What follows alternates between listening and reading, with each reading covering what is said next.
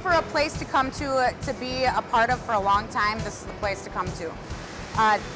There is so many opportunities within this building, within these four walls. You will definitely have a fit somewhere. They will make sure that you fit somewhere. You will fit somewhere here, and they know that. This company will never hold you back. If you want to work on something, they're going to let you work on it.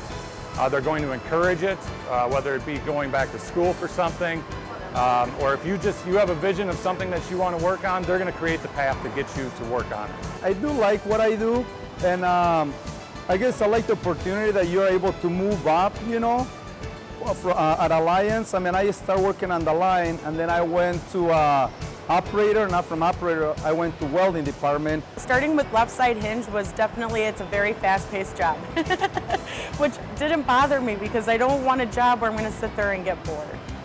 So it was definitely interesting to see how everything gets built. They walked us throughout the factory. I got to see Department 8, which is where the motor and the insides all get built, which is very interesting.